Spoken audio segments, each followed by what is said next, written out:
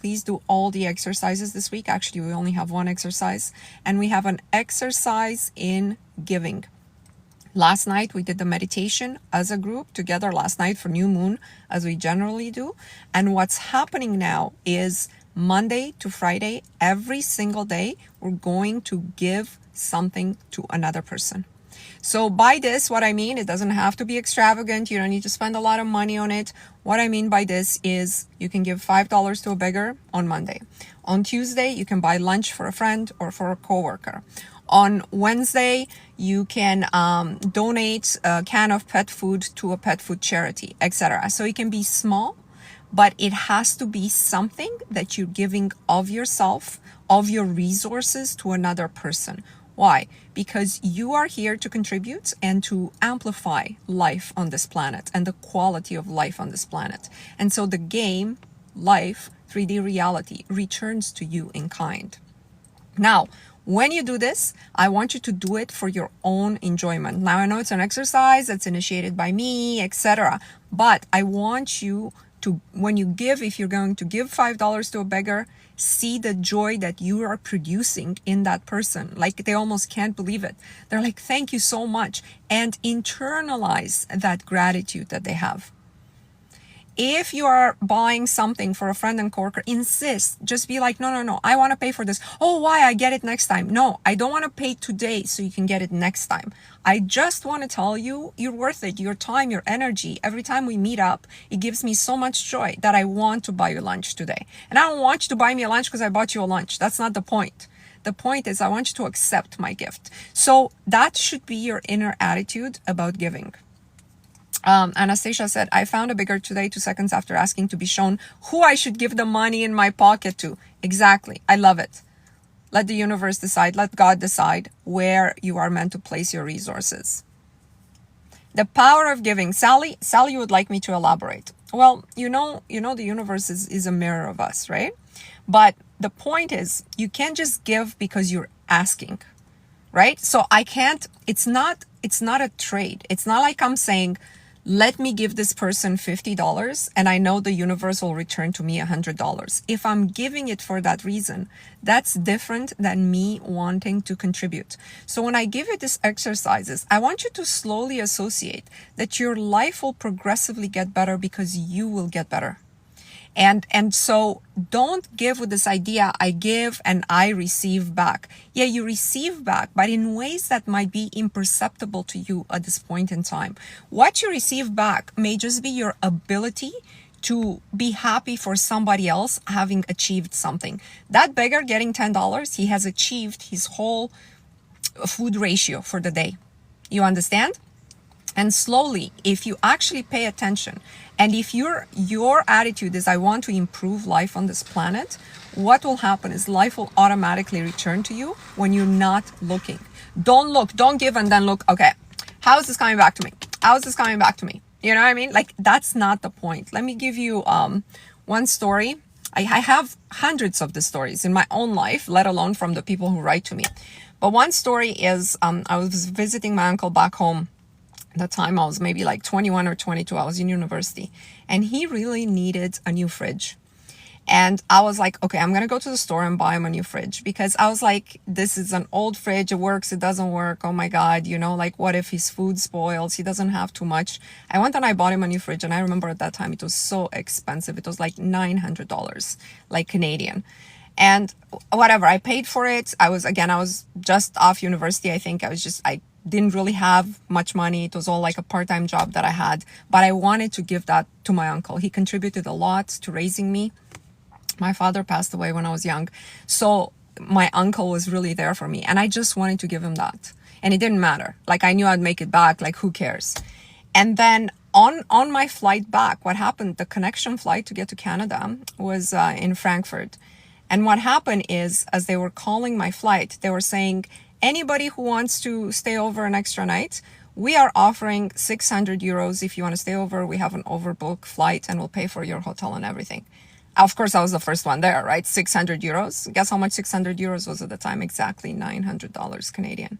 Now, do you think I was expecting that when I get to the airport, I will be given and I will be, none of this was in my mind when I gave that gift. It was just the giving.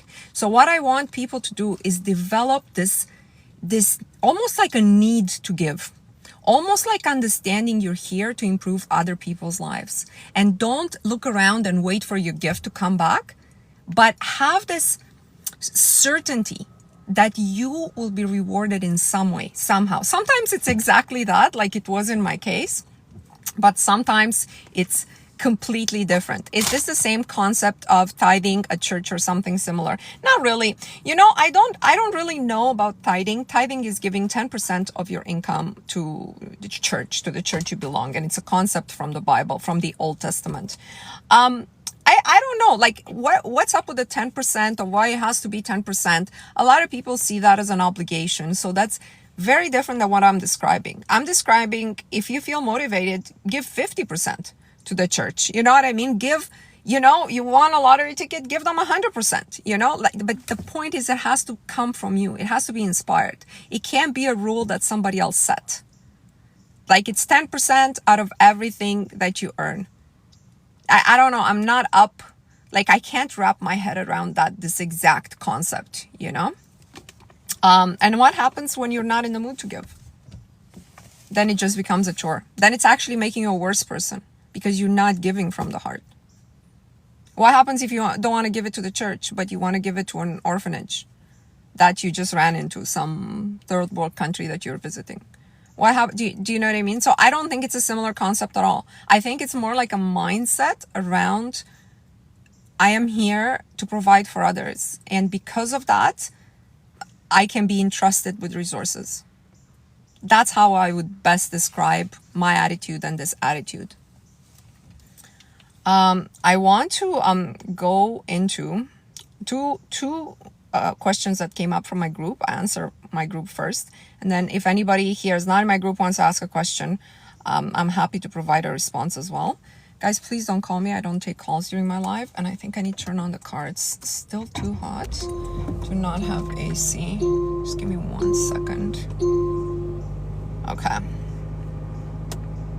I want to go on the first question.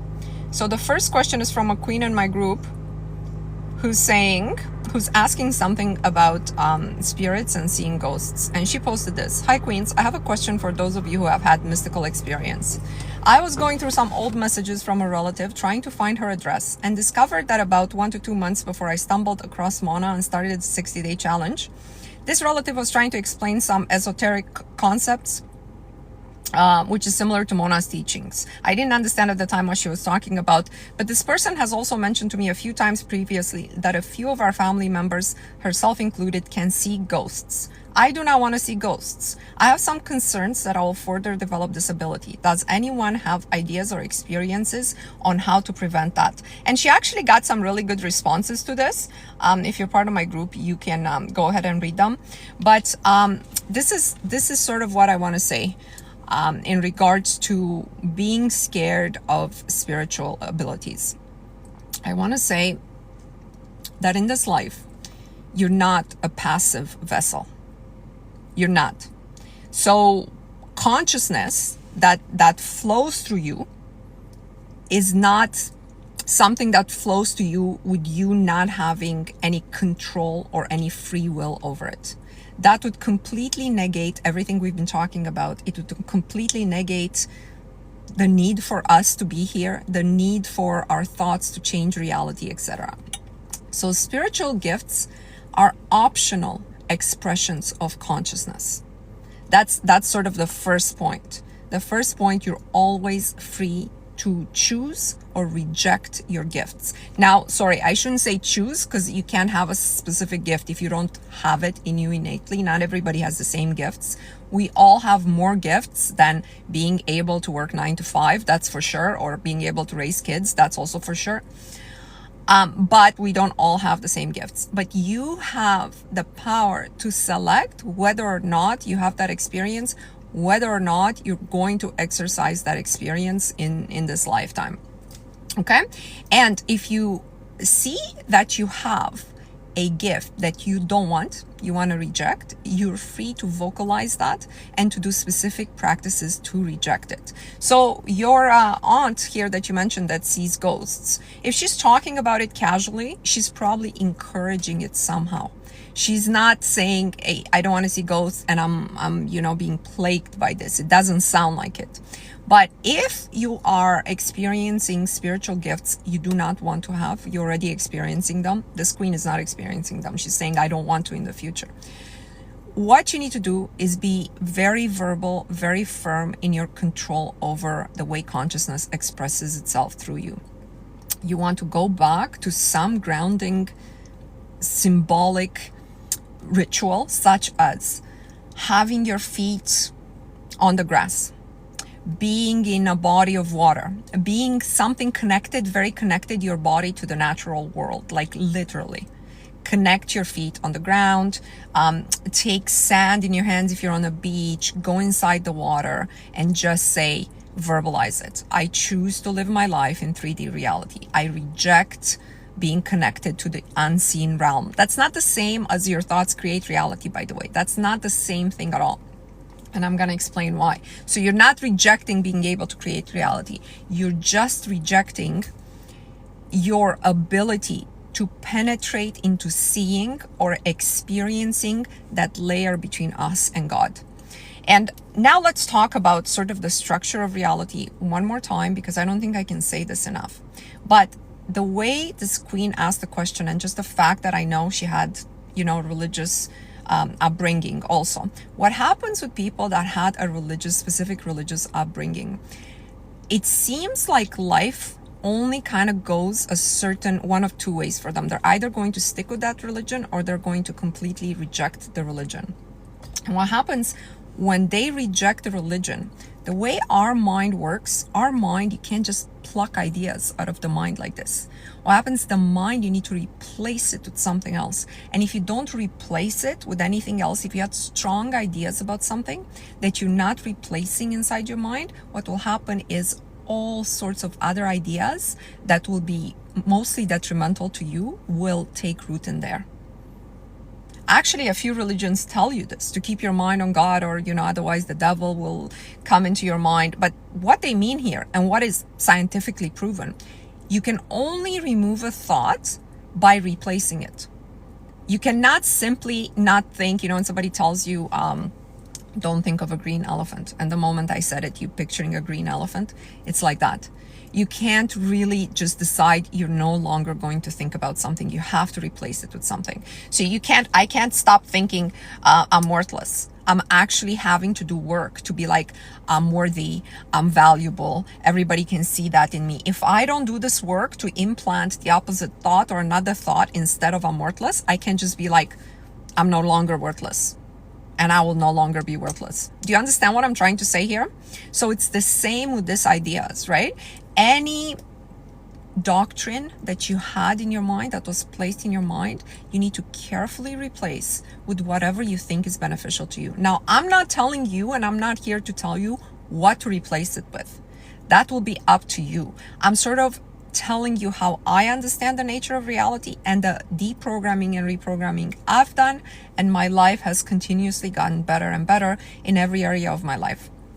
So I was also brought up relatively religious, not necessarily like church every single day, but relatively religious, punishing God, Abrahamic religion, punishing God if you do something bad, the idea of everything is sinful, etc. All of this guilt and shame, like most of us grew up in this type of environment. So you sort of have to decide later in life, especially when you do this work, you have to decide, how am I gonna think about God? How am I going to think about reality? How is it that things happen the way they happen? Because you have to decide that. If you don't decide that, what will happen is the world will tell you, like religion will tell you, or atheists will tell you, or somebody else will tell you. So it's easier and more beneficial to you if you decide on something that is beneficial. Okay? I'm looking at the world. I have a Bachelor of Science. I understand things maybe very differently than other people, but I can't accept the idea that our thoughts change reality, which is actually clear that everything is made out of energy, but we somehow evolved from amoeba. For me, this is not something I could accept, even with a science degree. I couldn't accept it. Like, I understand what science is used for, and it's used for progress and understanding better how things work, but not that they occurred out of nowhere. So number one, for me, I'm like, there's a creator. This creator has created everything. Later, what I understood is that this whole reality functions based on unseen rules. It's not just the scientific rules. It's not like if you jump off a building, you're going to hit the ground because of gravity. It's not just that. There is spiritual law that applies, that is replicable, and that will apply over and over again, put people's lives in loops just because the law is there. And no matter what they do, they end up in the same point until they obey the spiritual law. So the giving thing that we talked about in the beginning would be one example of it. So what I did when I understood this is, first of all, it strengthened my view that there's a creator. Obviously, if we evolved out of nothing, our thoughts would never be able to affect reality. So it strengthened my understanding of the creator, and I was like, okay, now this creator has obviously given us both power and responsibility. Because if our thoughts create reality, and we can see this as we change, things change. We can see that we can connect with others. We can think of someone, they would text us. We can do this and something would change. Then what that means is that I need to understand the laws of this game. Now, I am not of the view that you have a fixed destiny. And if God wants something to happen to you, he will make it happen. You know, in the same sense as if I'm dehydrated, I don't sit there and be like, well, if God wants me to be dehydrated, I will remain dehydrated. But if he wants me to be hydrated, he will somehow hydrate me. That's not a reasonable expectation of God. God has put water here and water in my fridge. And if I want to be hydrated, I have to go to the fridge, get some water, and drink it. Do you understand? Like, I have a responsibility in the game to exercise my free will. God has a responsibility to provide his promises, whatever you decide his promises are. And then I spend a lot of time getting rid of guilt and shame and positioning the creator as a spiritual father who loves me. This is me personally. I'm not saying to you what you should do. For me, I thought this is the most beneficial approach, to see God as my father in heaven who loves me. Who loves me the same way, let's say minimum, the same way I love my daughter. Minimum. How do I love my daughter? Yeah, sometimes I just don't give her what she asks for. But eventually, I give her better things. I give her, and there's no way I would ever wish her ill, or I would let her suffer too much. Or I would, like sometimes she needs to suffer the consequences of her own thoughts, decisions, and actions. But I'm not going to let her drown in them. And I realized if I'm developing the same idea about who God is, who the creator is, this was going to be very beneficial to me. And it turned out I was right. For me. Now, if you want to adopt these ideas or not, it's up to you. But just understand, your original programming is whatever you grew up with. That's your programming in regards to God, guilt, shame, sin. If you grew up in a household of atheists who laughed when you mentioned God, just understand it's not going to be easy for your mind to accept that thoughts can have any effect on reality, right? It's not going to be easy, right? Because you can't. You evolved out of nothing. There was a big bang, and now you're here. You're just a mammal. And you got to work hard, and everything happens in accordance to your actions. So it's just a very different mindset. And what I just did a video before this because I had something very important to say. A lot of people turn to spiritual work, and they have this idea that if they turn spiritual, all of their wishes will come true. But what happens is the mind is really like a garden. It's been linked to being a garden for a long time. This is the perfect analogy for it. And in this garden, you have flowers and beautiful things, and you have weeds. And what spiritual power does is it's dumping power, fertilizer in your mind. But the fertilizer fertilizes everything. Get it? It fertilizes the flowers. It fertilizes the weeds. And so if your mind you're holding guilt about some sins that you understood that you committed, and it's still there, and you still have a punishing God. You can think positive all you want. You can think positive, maybe some positive things will happen, but the negative things will also amplify. The consequences of the weeds will also amplify, because the fertilizer fertilizes everything. You understand? It fertilizes everything. Somebody says, ask a similar question, hoping she addresses. What is the question? Can somebody ask me again? That's why I wanna have this live so it's not just a monologue. Oh, okay, manifesting death. By the way, guys, my lives are 18 plus. So if you're not 18 years of age, I don't want you on my live. We talk about what I consider mature life subject matter, and I don't want to have to worry about anything. Okay, so the person who asked lessons after someone passes, Mary, can I mention you? You had your best friend pass away unexpectedly in childbirth, and I know we talked about this in the group. And you sort of can't make sense of it. So, you know, like I told you, I don't think like the exact date of some people think that the day we're born, the day we die are written, but I think it's more like the span that we spend in this game has a certain limit to it, right? And it does have to do with how much of your life lessons you have already understood. And I know I saved your question. Your question was actually around the other people in your life after your friend died, right? Let me see how you phrased it. You phrased it pretty beautifully. Okay, here it is. I did save it. No, that's not it. Give me 1 second. Okay, here it is. You said, regarding my friend, I believe one of my biggest questions here is how does everyone's intention manifest in relation to others? What I mean by this is my friend who passed away, could she have had fears that led her to something like this occurring? I can honestly say she actually did and discussed it with me 2 weeks prior to her death. So that has left me even more certain about how important this work is.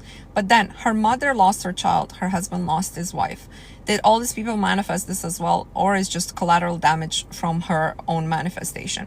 So I don't think people can necessarily accelerate their own death. No, I would say the answer is definitely no.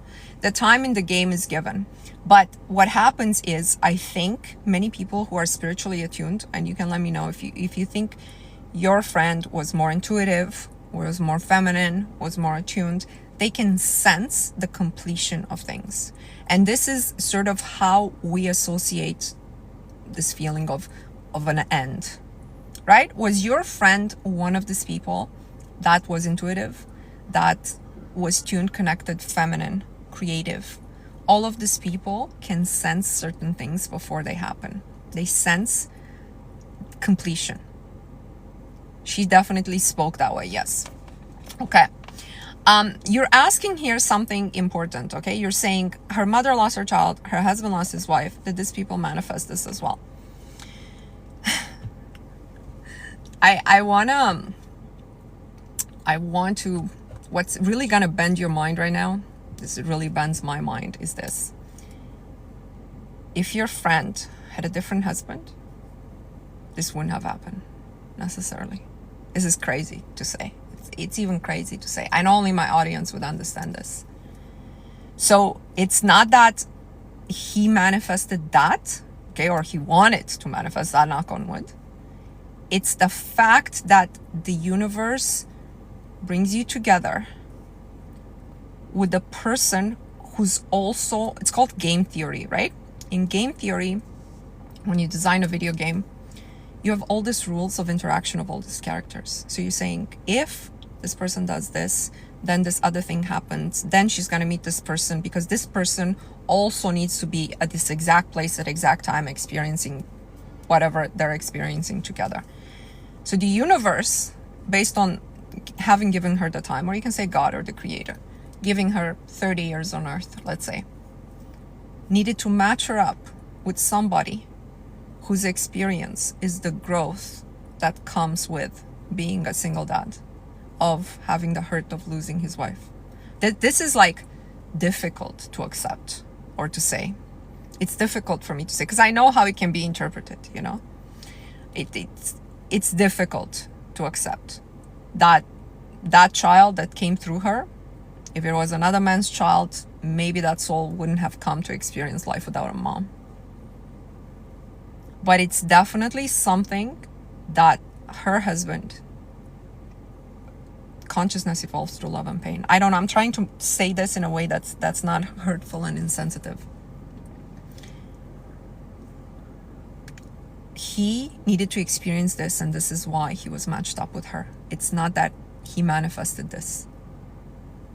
And people can actually change their destiny. If you heard of destiny swap, or if you heard of this more esoteric subjects that I feel I know a lot about, just that's not my content. If you really go against your feelings, you can change your destiny. But that can be for better or for worse. You don't actually know, right? She might have loved this guy a lot and married him and intuitively knew this was sort of a completion for her. And this was the guy who's supposed to experience life without a wife, okay, and as a single dad. But she may have been in love with another guy, and her intuition would have told her to go the other guy, but this guy would offer her more security or whatever. She could have decided against her heart.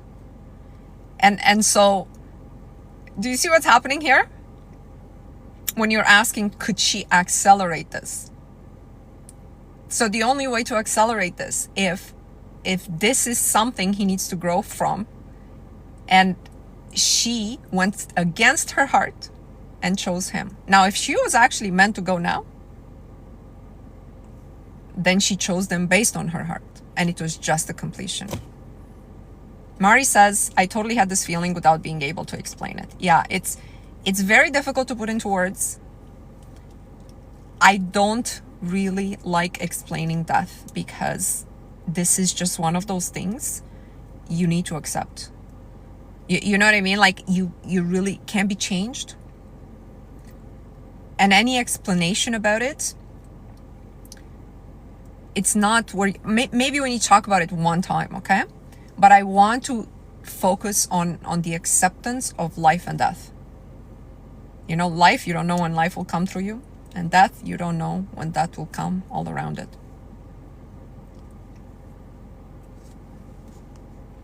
Are we good for this?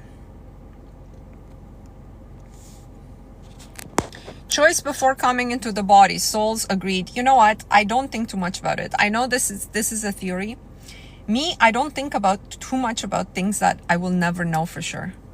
You know, Anastasia? Like, and I don't like this line of thinking in terms of using it for, let's say, explaining life events. So, for example, I was talking to somebody on the phone, and she says, you know, I had a bad marriage, 20 years. He finally left. But, you know, I understood from reading on spirituality that this was a karmic agreement that I had to suffer. And, you know, it's something that my soul agreed before. And that's why it happened to me. So then I asked her, then how do you know you're done suffering? Like, how do you know your contract has expired? How do you know how do you know you suffered enough? Like, maybe you need to suffer some more, right? Maybe your next one will be even worse. Like, if your soul made these contracts that you have no idea what they are, why would you think suffering is over with this man? It's crazy, huh? When you start to analyze your own thoughts and how defective it is to think, oh, I agreed to this contract to suffer, but you have no idea what's in the contract. You don't know if the suffering's over, right? That's totally different than looking back and being like, okay, a lot of it was me. Yeah, I knew he was a narcissist when, you know, he only talked about himself. And I knew he was a narcissist and abusive in the first 2 weeks of our relationship because he didn't even ask me any questions about me. And then 20 years, it progressed through that. But I knew, and I kind of violated my own boundaries. I would rather think that than think I had a karmic lesson that I agreed on and that in a contract that I don't get to read and I don't know what else I agreed to. And shit, I might have 10 more of this. Do you guys get it? Your explanation is clicking and connected to many things right now. Okay. Sorry, there was more. Totally agree, and somehow I cannot agree to predestination. Like, I don't want to. Exactly. Yeah.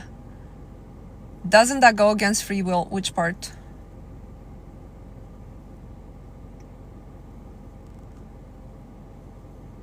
Which part? So you see, there's so many ideas in spirituality and on TikTok and all this YouTube, and that if you don't decide on the way nature unfolds, nature by nature, I mean the nature of reality, if you don't decide on a certain way it unfolds, what you will be is prey for this other ideas and other ideas and other ideas, and you're replacing erroneous ideas with maybe more erroneous ideas, with ideas that will do even more damage to you.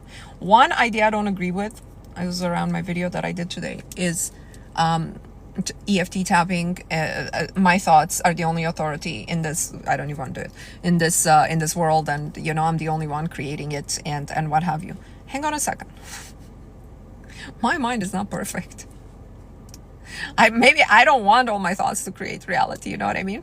But if you say it enough, maybe some divine protection will be removed, you know, because you get free will. This is the beauty about God that I really like. God gives you a choice if you want him or not. You know what I mean? Like, you can really, via your actions and your thoughts and your free will, say, I don't need you. I'm doing this all alone. I don't need you at all.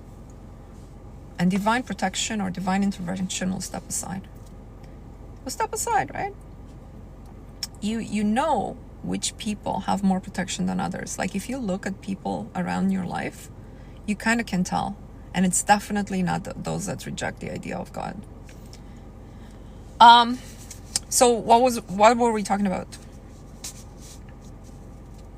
But why does God not help the innocent young? This is a deep question, but I'll answer. Any answer I give you would be superficial. But here's sort of the way you have to understand it. We live in a game that doesn't operate by our own rules. You understand? Like, you, through your human mind, think that the young innocent should be helped. Of course, we all think that. But that's based on your ethics. And you're not the creator of this game. In the grand scheme of things, maybe the young innocent ones that go young, maybe they're saved from this world. Get it? Maybe they don't get to experience the pain and suffering of this world. Again, this life is 18 plus for those who want to explore these topics. Okay, it's very difficult to accept this kind of things. It's very difficult to accept that the game is so much bigger than human ethics. And there's another thing. Now, this is really gonna ruin a lot of people's naivete, so don't listen to it if you don't want. But we're all one, right? We are all one. The implication of being one consciousness, just individuated, is profound. It's not that, oh, we're all connected, we're all love and light, and everybody's you pushed out. It's not that. That's just the scratching the surface. We're all one means we all pay for the wrongs of the few. You understand? Just like we all profit from the sacrifices of the few. So when a whole bunch of people are doing something wrong, as always, this is giving me goosebumps. So I don't know if this is source telling me not to talk about it or it's telling me to talk about it. When a bunch of people are doing something wrong, corrupt, even like ritualistic for it goes up and it rains back down. Now, who it rains on, we're all one. You understand? You with your human ethics, me with my human ethics. I think it should rain down back on the person who sent it. It doesn't work that way. It rains down on everyone. Who knows who it's gonna hit on its way down? As above, so below. What you send above flows below. Right? Now, This is why, in religion, the sacrifice of Jesus can save us all. That's the only reason. Because if one person does something good, and that person is above a regular human, that spreads down to whoever wants to accept it, right? There's a whole bunch of people right now in this world. All they're doing is sitting in meditation, probably 18 hours a day, meditating on the goodness for the world, for peace. And that is the only reason we are even okay. You think we're not okay because there's a war there and a war there and a war there and a war there. But we are more okay than our nature is capable of being. You understand? We are way more okay than our own nature. And that can't be explained by just us being good people. We're not good people. You're here listening to this live to see how you can increase your money supply. Why? To give to others? Not necessarily. This is different. God's ethics, human ethics is different. The rules of the game, you don't get to fight against them. They are what they are. You just have to understand them. I hope it wasn't too deep, huh? Like, I hope I don't want to be discouraging. Like, my whole content is about encouraging, prospering, having more to give, being happier. Okay, let's take somebody who says, I have dating questions. Why do I attract an unemployed manipulator while manifesting PPP? How are you attracting an unemployed manipulator? Like, I don't understand. Like, I used to date, right? As you guys know, I'm recently married. I've been with my spouse for 4 years, married for 1 year. This was my second time around. So I dated as an adult. And I could have not ever attracted an unemployed person because I asked them that on the coffee date that I initiated. Let's meet for coffee. I don't spend time with strangers for dinner. What do you do for work? I'm unemployed. Bye.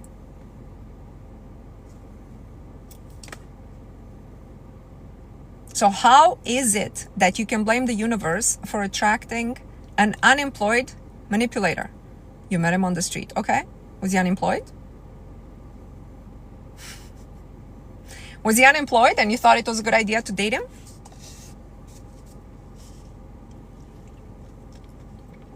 I'm asking because I don't know what everyone's asking these questions high level. How did I attract an abuser? I don't know. What did you think the first time he slammed the car door?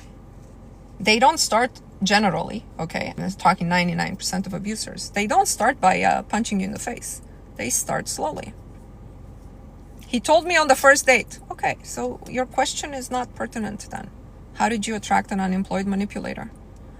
You shouldn't have gotten to the point where you know he's a manipulator. Because the moment he told you he's unemployed and you're manifesting a PPP, you're like, this guy can't provide for me. He's unemployed. A block. Like, this can't be a real question. I'm sorry, Queen. I don't want to come down on you. I sort of want to unpack the thought process so other queens and you, of course, understand how you need to think about dating. I'm attracting a PPP. The first question I ask, what do you do for a living? Yeah. So now that you blocked him, you did the right thing, right? But how do you even know he's a manipulator? You shouldn't have gotten that far because that's a waste of your time. Now you blocked him. Now it's like, okay, the universe is asking, was she really going to do what she said she was going to do? Was she only going to stay with or give to a provider? You blocked him now. How long did it take you to block him? Should have taken you 5 minutes. Finally holding women accountable for their poor decisions. You know what? I wouldn't even call it poor decisions. I can't tell by your picture if you're a man or a woman. I would call it constant violation of boundaries we know we should have. Constant. And that's because there's pressure in society to violate these boundaries. You see, you get men nowadays getting online being like, well, if a woman is worth it, I am going to invest in her. I would get her anything she wants, buy her anything she wants, provide for her, pay her bills. But first, she's going to prove to me that she's worth it. She's got to prove to me she can cook, she can clean, she can give me good sex, she can do X and Y for me, and then I will do all these things for her. But hold on a second. Doing all these things for a man to see if he deems you qualifiable of his provision of a dinner? Like, you gotta ask yourself, how many boundaries have you violated there? Like, I don't know about you, but if I sleep with a guy, I expect him to call me the next day.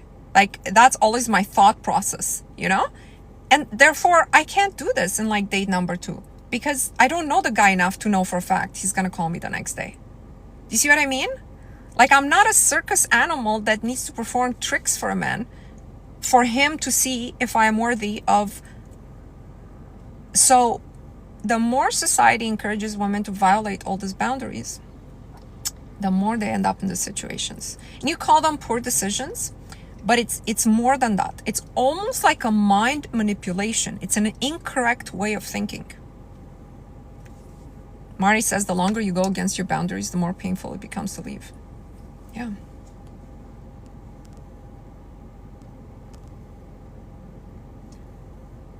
Who's saying, isn't that one version of him? Oh, you mean like if you meet somebody awful, isn't that one version of them? Is that what you meant?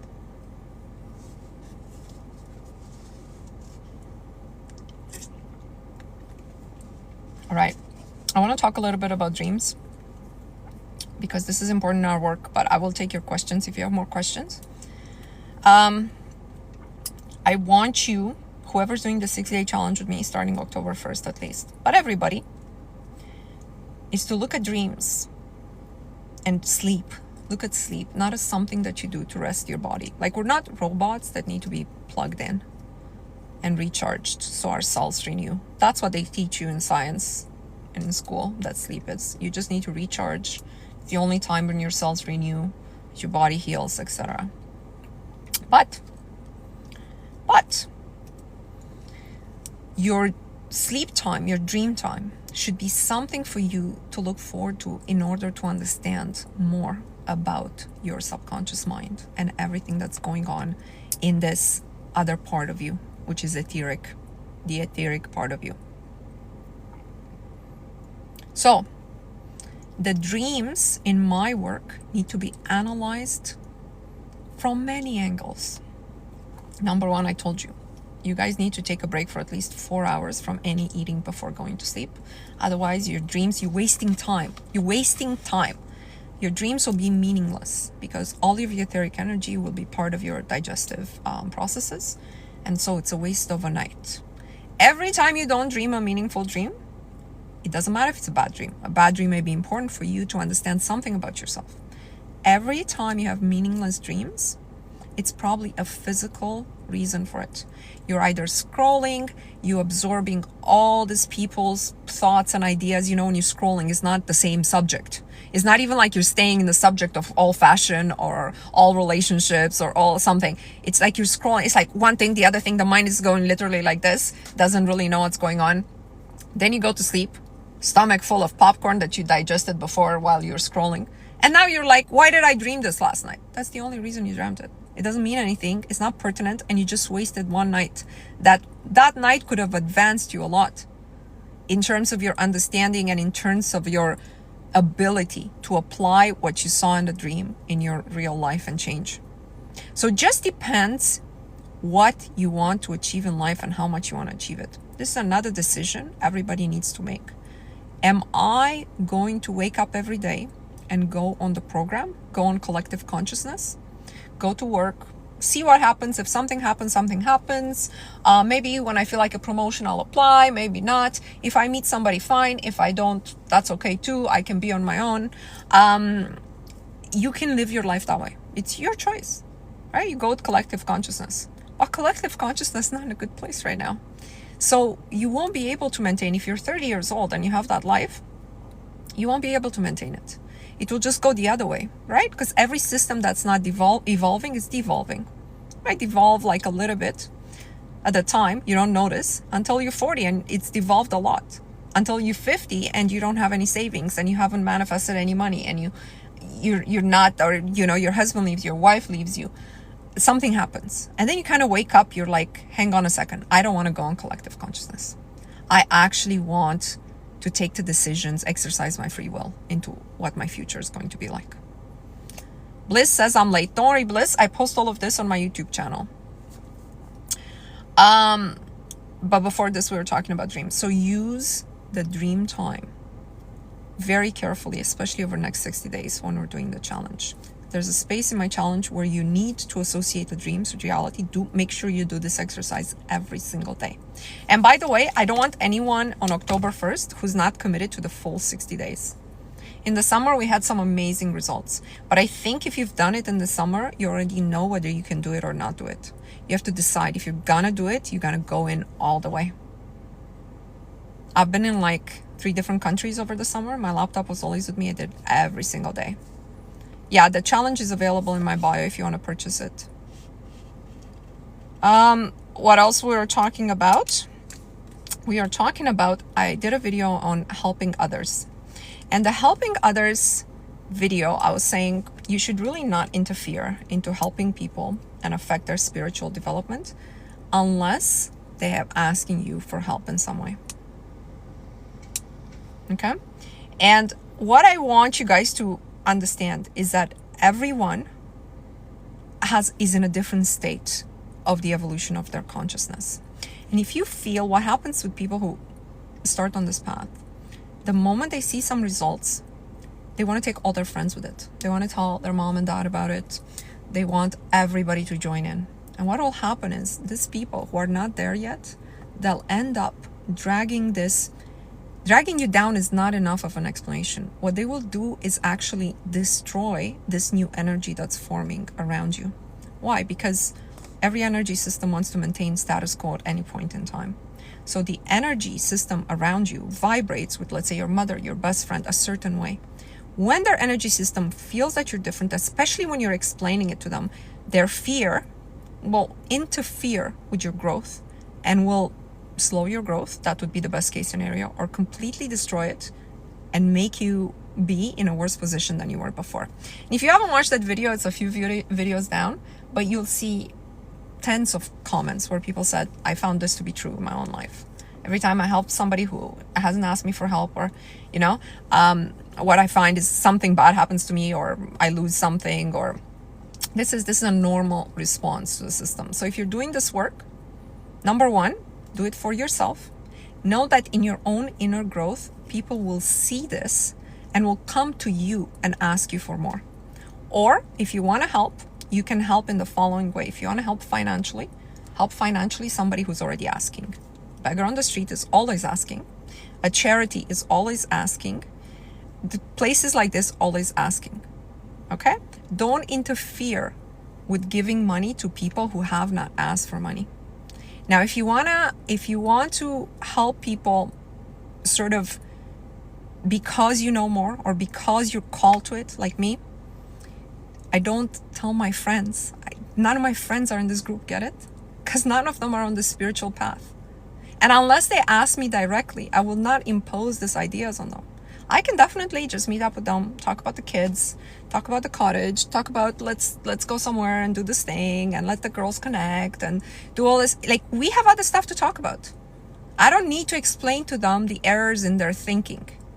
It's not going to be received well, but it will count as negative points for me. Now, when I come here, it's different because only who wants to listen listens. And also, the universe does a job in distributing this information only to people who need to hear it right now.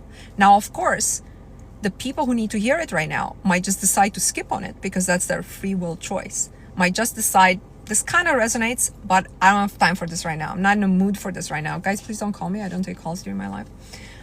I'm not in the mood for this right now, right? That is their free will choice, but I'm not imposing this on anyone. That's what it is. That's how it is. I don't impose. I told my group that somebody very close to me is going through a separation as of this summer. It's just been difficult, of course, after many years of marriage. And she was asking me some input on X and Y and Z, on, the legalities of it, on this. So obviously I offer my advice. And then she said, I don't know, I had a night last night where we're just very close with each other. We're holding each other. We're both crying. I don't know. Should I fight for this? Should I fight for this, or should I go ahead with the separation, right? And I'm like, oh, I don't know what you should do. I don't know what you should do. And then she says, what would you do if you're me? And then I had to say it delicately, I would not be you. I would never be in the situation that you're, the specific situation that she is right now. Not that I could never separate. I would never be in that specific situation because I'm a different person who made different decisions.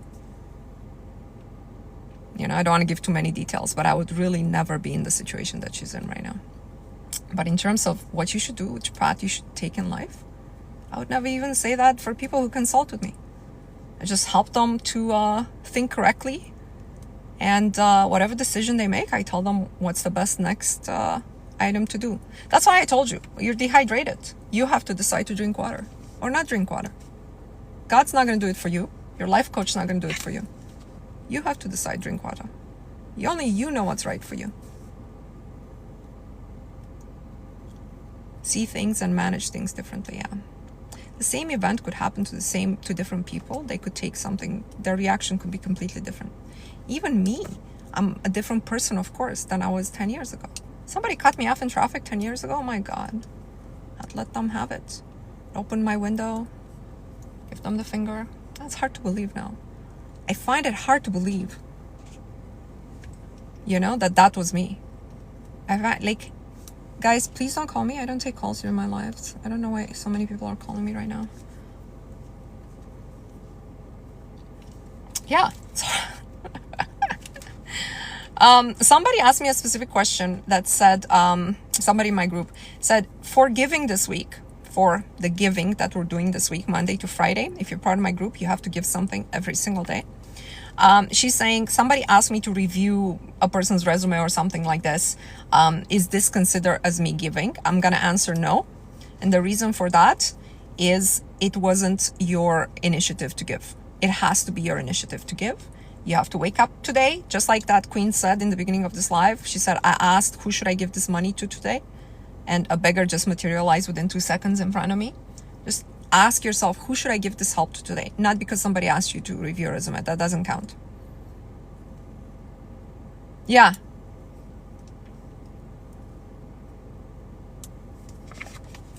So that's where we are. Okay. Let's see.